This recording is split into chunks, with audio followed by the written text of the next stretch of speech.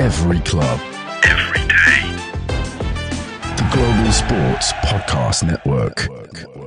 Hello, everyone, and welcome back to the daily Manchester United part of the Global Sports Podcast Network. We're here on a Saturday. This isn't like us. This is uncharted territory. But we're here to really revel in this because today is one of the first match days we've had in quite a while since we came up against Hong Kong in a 3-1 victory, a Chido Obi brace, hoping we can see more of the same in today's game. My name is Kieran. I'm joined on this episode by Toluwa. Toluwa, how are you doing? I'm good as always. How are you? I'm not too bad. First off, though, we start with the news that we received on the day of recording earlier today that the signing of Bryan Mbumo is apparently over the line. Although at the time of recording, there's been no official club statement. That saves me having egg on my face when this episode comes out, when you listen to it and the deal has fallen through. I've got my caveats in. If the deal is done, Toluwa, what do you make of it? If it is done, what do you expect? And sort of where do you expect him to play in the system? Yeah, if the deal is done, then this is probably one of the more exciting signings we've had in a long time. I'm looking forward to Mbumo coming in and completely just revolutionizing our attack, because I feel like for a lot of periods of the season, we were kind of flat and we missed a lot of chances. And Mbeumo finished fourth in the Premier League in terms of goals. Overperformed in XG, which I'm not a big XG guy, but if you're overperforming in XG, it means you're doing something right, at least. So I'm looking forward to that. I think the price tag is a bit high, of course. We always seem to pay a lot. We always seem to pay a premium for these players, but I guess that comes with the territory. United tax, isn't it? Exactly.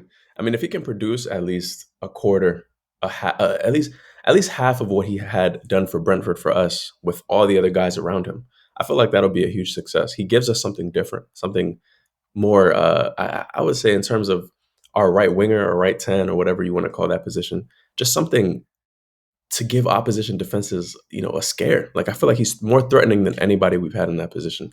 So I'm excited to see him in a United shirt. And obviously I think he's going to play on that right-hand side. And I think that might push Ahmad to right wing back in some situations and could give us a completely different, I don't even know what to say, dimension going down the right-hand side. I think a lot of teams would be scared coming up against that because you can't match Ahmad for pace. You can't match Mbumo for pace. So it's looking scary.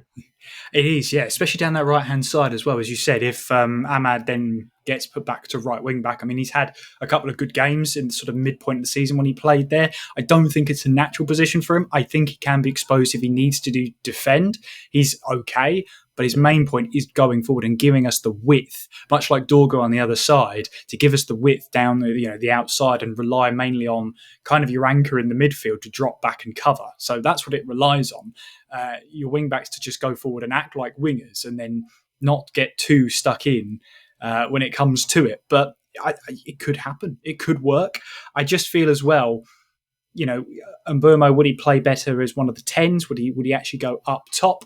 I still feel like we're going to miss that. As Tom was saying on yesterday's podcast, we are missing a number 9, and there aren't many out on the market right now that are A, available, B, willing to join United. Isak could have been one, but there's talks of him now, I believe, going to Saudi Arabia. There was talks with him going to Arsenal, to another Premier League club. Gyökeres, Arsenal seem to have pretty much got the deal over the line, although they've got the deal over the line for, I think, the last week and a half at the moment. So it's very a slow burner, much like any Manchester United signing. But we haven't had a Hiwi Mbumo. I'm sorry. That's terrible. That is terrible. I stand by it, though.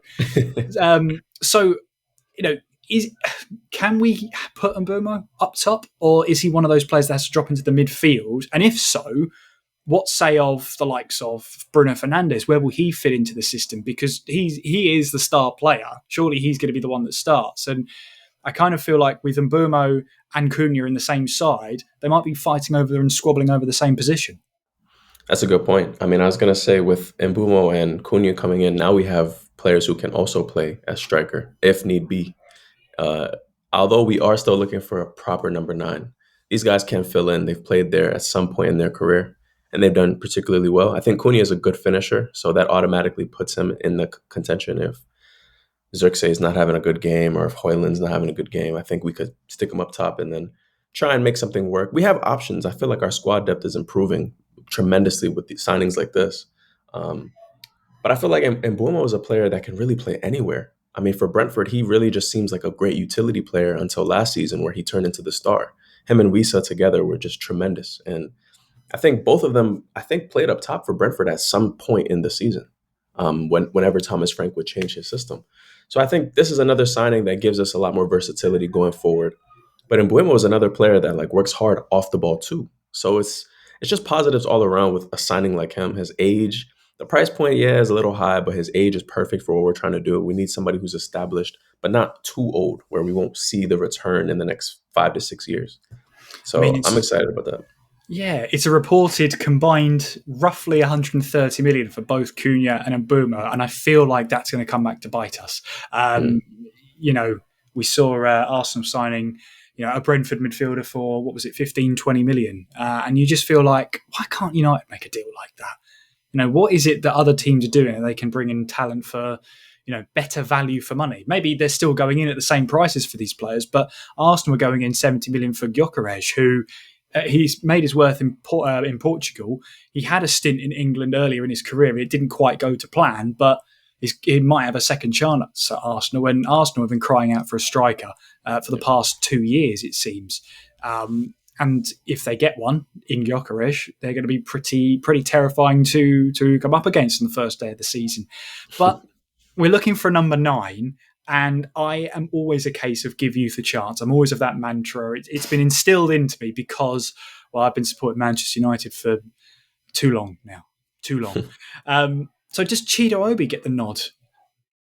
I feel like he'll get an opportunity this preseason, especially in today's game. I feel like he'll get that opportunity if it comes down to it, especially with how preseason normally goes. There's always a bunch of rotation to see what players can do. I feel like he has the tools to be able to play for us up top. The cameos we saw last season were evident. I feel like he was gelling well with the team. You can tell he's still young, though, and I feel like that's what Ruben Amorim always used to say about him. He's a little naive. I saw a press conference. He's a little naive with the understanding of playing in the top level, which is understandable. He's, 17, 18? So it makes sense. But there's that saying, if you're good enough, you're old enough. So he could get that start.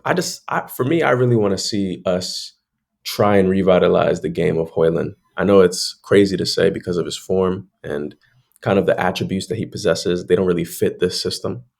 But I feel like he's a professional. At the end of the day, you have to bounce back. And I want to see what he does at the start, just to gauge what his mentality is like, if he's on point or if he's not. And if he's not, then I don't see why Chido can't come into the team. He's already done it before. And playing around players like Mbumo and Cunha, I mean, that's only going to raise your game, especially at such a young age. You're going to learn so much from these players. And I'm sure Chido is very receptive to being in the first team and the advice that's been given to him from our senior players. Yeah, and I feel like he probably will be given a chance because it's about 80 odd years that Manchester United have played someone who's come through the academy, at least in the matchday squad. So either on the bench or starting the match. And I feel like Chido Obi, being a product of the academy, is going to get that chance. So you've got Kobbie Mainoo, who will be taken to the field. So that's that one covered. But they'll need backup because that's a stat they do not want to go amiss at all. I mean, Fredrickson as well, getting bumped up the number list. I think he gets 33 this season, the centre-back. Yeah. So that's a sign that maybe more minutes are coming his way. And when we come back after this short break, we'll be talking about the pre-season friendly against Leeds that's happening today when this podcast comes out. And we'll have a couple of squad predictions and see who we think could be starting in the side. We'll be back after this. Every club. Every day. The Global Sports Podcast Network. Your body is unique. And Global Sports Podcast Network has partnered with Bionique, the world's most personalised supplements. Bionique provide 100% tailor-made supplements designed to deliver precisely what your body needs at exactly the right levels to optimise your health. No guessing. So click the link in the show notes. Use the code GSPN2025 for 40% off your first month's subscription. Bionique. Don't settle for off-the-shelf solutions made for just anybody. Get what's right for you right now. Every club. Every day. Global Sports Podcast Network. So there's 29 players going with Ruben Amorim to Sweden to play in the Strawberry Arena, and we'll hopefully be hearing Strawberry Fields forever.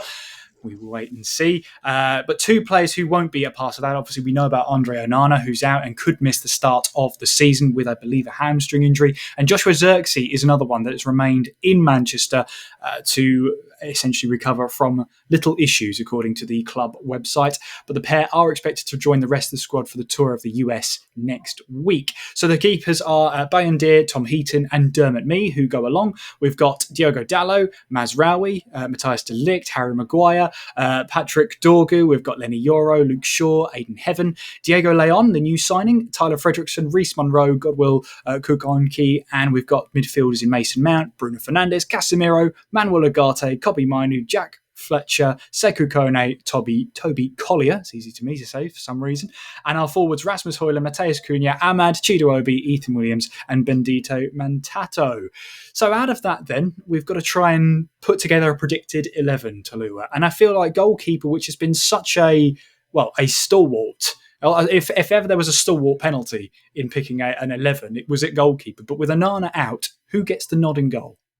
Yeah, I think that's pretty easy. It's got to be Bayındır. He's our number 2. And Bayındır is a funny one. Despite some good performances, I feel like he had decent performances. It was just overshadowed by mistakes. And I don't know if that's just rustiness from not really playing a lot. But I feel like at the end of the day, you got to take your chance when it's given. So this would be a good opportunity for him to kind of prove the doubters wrong, to prove that he can be a keeper that Ruben Amorim can rely on. And if he does well this preseason, then that might change things, in terms of maybe trying to sign a new goalkeeper. Maybe the club will stick with looking within. So I think Bayındır will get the nod for this one.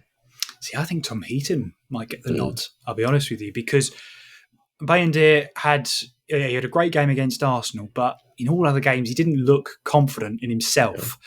And he's 27 now. And I know sometimes for a goalkeeper, they'll go into their mid to late 30s. They can keep going in their career. But at 27, that's still an age where you need to be breaking in and making a name for yourself and being the first name on the team sheet in goal. You've got to grab a number 1 shirt. So I feel like Bayındır, you're right, he probably will get the chance. But just to be different and out there, I'm going to go Tom Heaton because he started against Hong Kong. A little bit of a mistake. Probably should have kept that goal out. But nevertheless, I think Tom Heaton, for me, gets the nod. Wing backs then, who do you think is gonna go for those spots, Toluwa? This one is tricky because I feel like now we have an abundance of players that can play in that position or players that are willing to play in that position. Wing back, I mean, my first thought would be Dorgu on the left and probably Dalot on the right. I feel like that's the first thing that comes to my head. But to be honest, I would love to see Diego Leon start. I really want to see what he's about because he looks the part. Now I want to see if he can actually live up to it. And then on the right-hand side, it's like Dalot is my first choice, but I can't forget Mazraoui. I don't know what Amorim is going to do. There's so many different players that he can put in different positions, which gives us good versatility at the end of the day. But it's really about finding that best 11. But if I had to say so, I want to say Diego Leon starts. I really want to see what he can do from the very beginning, not coming on in a situation where we might be winning already or it might be a 0-0. Like I want to see him from the beginning. Because Dorgu, we know what to expect from Dorgu. I think he's going to improve this season for sure. But I already know what to expect from him in terms of physicality, getting down the wing. I want to see what Leon can do. And on the right, I'm just going to go for Dalot because it's kind of a safe option. I feel like he's always been there. He's been here for how many years now? 5, 6. So I'll go for Dalot on the right. Yeah, I think you're onto something here. I think it's probably going to be Mazraoui on the right-hand side, on the right wing-back, but I wouldn't be surprised to see Dalot there. And at left wing-back, you said you wanted Diego Leon to start on the Manchester United app, where they put up a poll, and 38% of votes so far think Diego Leon should start. Yeah, 38%. So we're in the minority here if I say Diego Leon to start as well. But I genuinely want to see him. I'm like you as well. Get him some minutes on the pitch against Leeds. It's going to be Premier League opposition. It'll be great run out for him.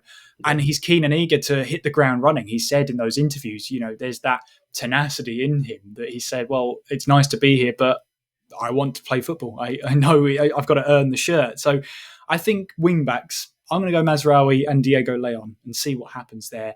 And then for the centre-backs, I'm probably going to go Maguire, Yoro, De Ligt. I reckon that's going to be your back three. Heaven, potentially. No, I'm going to stick with that. I thought about it, but De Ligt, Maguire, Yoro. I reckon that's the back three. I'm going to be a little different just because I want to see if Ruben Amorim is thinking in this way, because I know he prefers to have Lissandro Martinez in that left center back slot because of his ability he's a left footer. He can kind of give us more options in that role. So I'm going to go out on a limb and say he might either start Aiden Heaven or Luke Shaw at left center back. Yeah. Just to see what how would I say this? Just to see what I don't know, options they can give us opening their body up when they receive the ball. I feel like whenever Lenny Yoro plays at left center back, he's kind of always looking to go back on his right. It kind of limits our options in terms of progressing the ball up the pitch. But when Aiden Heaven was featuring last season, opened up his body and kept play moving. I feel like the Aston Villa game was a great example where he never wasted possession. And Luke Shaw is kind of that player who's always kind of flirted with the left center back role or the inverted left back position where he's sitting in with the center back. So I'm going to go out on a limb and say he might try that. But I agree with you. The other two is pretty straightforward. I think it's either De Ligt or Maguire in that center. And then Lenny Yoro has to start on the right. I feel like he's going to be one of our core players moving forward because he has the potential to be really great. Yeah, I hope we don't get deja vu from last year because he got injured in pre-season and was out for, 3-4 months? Yeah. That's a long time to miss out when you're an 18-year-old. So hopefully he gets better luck this time around. But yeah, it's pretty strong. And of course, it's pre-season, so the entire team might be changed at half-time because it's a friendly. So maybe it's all pretty useless, but we like to do it. We like a predicted 11. We like to keep tallies against each other, and this is a great warm-up to see what happens. Let's have a look at the midfield then. Let's start with the holding midfielders. Now, I think I'm going to base this on who starts further up the pitch. So that's why I'm going to go Bruno Fernandes and potentially Toby Collier. I feel like that's something that was underused, and Amorim has gone back and forth between Bruno Fernandes being a number 10 and more like a deep lying playmaker. I feel like it's almost as if Amorim is trying to sort of say, right, I know now Bruno Fernandes is 29, approaching 30, he's going to maybe lose some physicality to his game. So let's try him at deep line playmaker. Let's see what he can do. And I think he had some good games at deep line playmaker. He had some games where it didn't go well because it's a position that, he's not really used to. But I feel like Fernandes and Collier is probably going to be attempted in this game to see how it goes. Yeah, I would honestly agree with that just because I want to see what Bruno can do. I feel like that's going to have to be his position, especially if Cunha is going to operate the left 10 or if Mbumo. I don't think Bruno really has a future at that position. And I think he's much better suited when he's, kind of dictating possession. I know Bruno Fernandes gives the ball away a lot. And Ruben Amorim addressed this. He said it, I feel like in an interview where he basically was like, yeah, Bruno sometimes just tries to do too much. And he has to trust his teammates. And now he actually has players ahead of him that he can trust. I feel like Cunha is really great on the ball. He can progress the ball without Bruno having to do too much. And Mbeumo is the same. So I feel like Bruno being in that position is going to kind of be a good thing, maybe. I feel like that's going to be kind of a diamond in the rough situation where, like you said, his physicality is starting to wane a little bit. And he has such an engine that eventually he's gonna wear himself out. He runs and runs and runs. But the good thing is that if he's going to be able to run a full 90 minutes every single game this season for us, I'll take it, even if it's at the 8. And then Collier is another player that's just physical. He likes to get stuck in. I feel like we need that, but he also has composure. I feel like Ugarte is the one player that I want to see much more of just because he can get stuck in and win the ball back and do all the great stuff, the dirty work. But when it comes to being on the ball, sometimes he is he's just so bad. I don't know what it is. Maybe he's just so clunky sometimes. And we just need somebody to be more assured in possession in that position. I was telling one of my coworkers, if we could take Ugarte and we could take Menu and just make them one, that would be probably the best center midfielder of all time. Like Menu's technical ability and Ugarte's ball winning ability just combined. Oh man. You get Kante then, don't you? Pretty much. Pretty much, don't you? Yeah, that's annoying. That's annoying. Oh well, never mind. No, it should be good. If that happens, maybe Yeah. it won't, but hey, that's what we're here for. I think Kobe Mainu, there's a potential for him as well, but I'm going to stick to my guns. I'm going to go Fernandez and Collier. I'm going to let you take the two number 10s if you like. Where, who, and why? Yeah, I mean Cunha, 100%. There's no way Amram is not going to start Cunha. That would just be kind of distasteful, I feel like, to the fans because that's who they want to see. I want to see Cunha the most, just because he gives us something different going forward, and I know he's going to be just an excellent player for us. And then on the right hand side, because Mbumo is not with the team, obviously I would have picked him if he was, but Amad Diallo will probably play there. I feel like he's just he's another player that is going to take another step up this season, and that's crazy to say because he's doing that every season. He's getting better and better and better. But this time he has players who can elevate his game to the next level, teach him things in the final third that maybe he wasn't getting with Garnacho and around. And Mbumo, Cunha, both established players that have played this game across the board in different competitions at different levels. So I'm excited to see what he does. But yeah, Cunha and Ahmad for me, that's a lock. That doesn't change at all until Mbumo comes in. No notes. You pretty much said everything there was to say. I think. I mean, it makes sense, doesn't it? Yeah. Ahmad's been great, and I think until Mbumo comes into the side, I think Ahmad is going to be in that sort of number 10 role. Once that happens, I think then Ahmad will go to the wing back role on the right hand side, and that will push Mazraoui into the centre of the park of the defence. So it's sort of like a merry-go-round until that happens. Yeah. But yeah, no, I completely agree. It'd be great to see Mateus Cunha, see what he can do in the side, and then provide that dynamism. Is that the word? In the up top. Yeah. To be able to sort of link up with the shadow striker, because I feel like last season, and this is why I sort of thought Bruno Fernandes being deeper in the midfield would work a lot better than him being further up the pitch, is that there was no link. It sort of went centre back straight up to attacking midfielders. It sort of kind of bypassed that holding midfield. But I feel like if you actually have someone in there that, as you say, can dictate the tempo and are able to slow down the play when it's needed or pick out the pass when it's needed, I feel like that is what you need. You need someone who is calm, composed, and also has the vision to see what's happening ahead of him. And now that Bruno will have those players up the top, we hope, then hopefully it'll be a lot better. The link-up play will be a lot better from midfield into attack. And that's something that was missing so badly. Up top then, I'm going to go out there and say it, Chido Obi. I want Chido Obi to start. I want to see what he's like from the off. I think there are some starts coming from him in the Premier League this season. I think if we sign that number 9, maybe not, but I don't know. I want him to start. I think Højlund will start. I'm going to say it, Chido Obi to start. I also want Chido Obi to start, but I'm going to say that Højlund will start. And it's 50-50 because, like you said, at halftime, they're probably going to make mass changes, and Chido's going to play a 45 minutes guaranteed, no matter what. But I need to see Højlund just do something different. I feel like a lot of fans it's kind of divided on Højlund. There are fans who want to see him do well, but there's also fans who just can't wait for him to leave. And I'm kind of I don't know if it's the minority, if it's the majority of the fans that want to see him do well. I feel like he came in his first season with a lot of pressure and expectation, and he scored a decent amount of goals for us. Very unlucky in the Champions League that he was the top goal scorer until we got knocked out by another player's error. You know what I mean? So I feel like there's a player there in Højlund.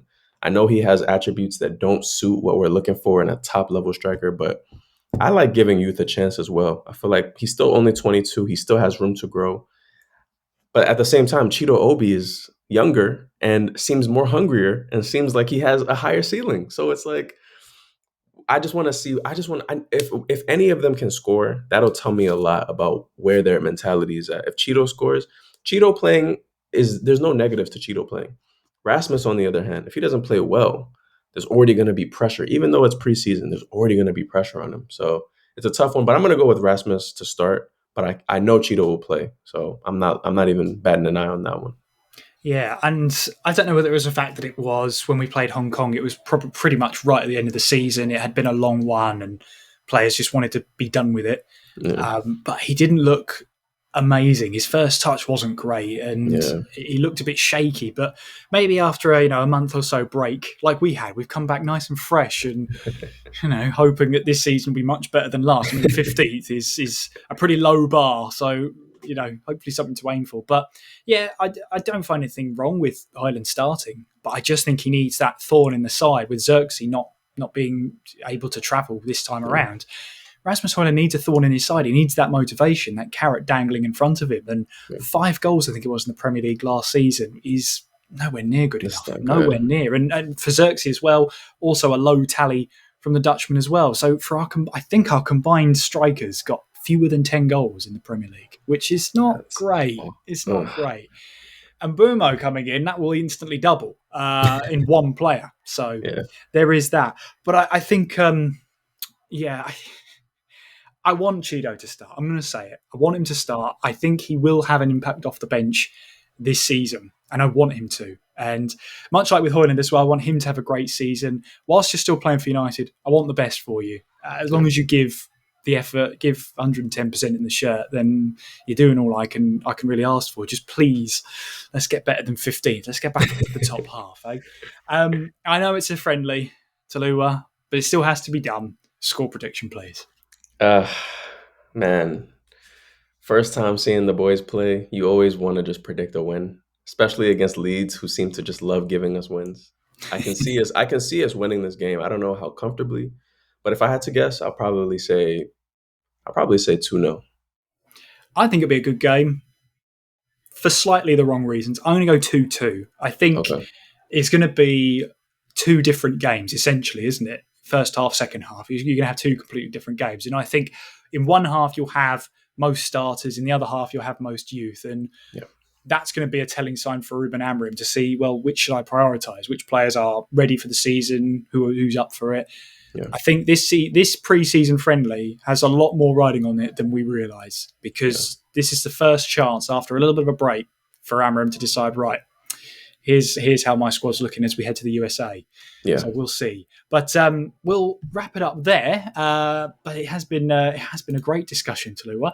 Yeah. And what I will say before we depart as well, we just want to have a big shout out to one of our sponsors in Zencastr, because here at the Global Sports Podcast Network, we spent a lot of time selecting our delivery platform, and Zencastr came out the clear winner. And with 4K video recording from your phone and AI editing that can automatically remove all of those ums and ahs if you really want to, it's super easy to start a podcast that sounds great and is delivered efficiently. So if you're ready to tell your story, make sure you check out the link in the show description to learn more about Zencastr. A big thank you to Zencastr and Bionic in joining and partnering us here at the Global Sports Podcast Network and for the Daily Manchester United. Toluwa, a final word from you then.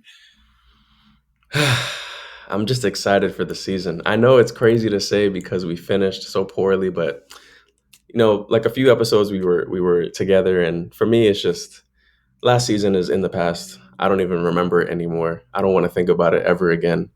I want to move forward, and I feel like Amorim has the tools. He has the idea, the mentality to take us at least to a different level than we've seen in the past few years. I feel like we've been complacent because we've won trophies, but we really haven't taken that step to get better, and all the teams around us are doing that. But I feel like Amorim has the vision. The players that he's signing make sense for this vision, for this team. And I'm just excited, man. And we have some youth prospects, like you mentioned, Chido Obi, Diego Leon, but also Sekou Kone, who I watched some of his games, and that dude is unreal. I know he's playing against other under 18s, but my goodness, he might actually be a gem, like in that academy, a serious gem. If he can go on loan and play in the Championship, League One, a league of that caliber, that can get his game to the next level, that can show us he can play against the big boys, then he might break into the first team sooner rather than later. It's one of those decisions where it's, do you let the youth prospects marinate in the academy, or do you give them proper game time? And it's always a bit of a, it's a guessing game, and there's a formula to it that these youth academy coaches have to realise, right, what is better for them? Being in the academy against other academy prospects, or going out into the real world and testing your skills there. So, yeah, one for the youth scouts. Not for me. We're just behind a microphone, Toluwa. We're absolutely fine. But thank you for joining me, Toluwa. It's been great to share the mic with you. And of course, make sure you do follow us on all the social medias. We are GSPN Man United. We're on Twitter and X. We're on Instagram. We're on TikTok. We're on Facebook. And if you're listening along on the likes of Spotify and Apple and you'd rather see our faces, you can join us on YouTube and you can watch our YouTube podcasts as well. You see, Tully was giving you a thumbs up. You know what you're missing out if you're just listening in. You can find us at GSPN Daily Manchester United Podcast. It's a long channel name, so you can't possibly forget it. In the meantime, though, enjoy the game. Remember, it's a pre-season friendly, and we'll be back to talk with you about it during the week. In the meantime, take care of yourselves. Have a great weekend. We'll talk to you soon. Every club, every day. The Global Sports Podcast Network.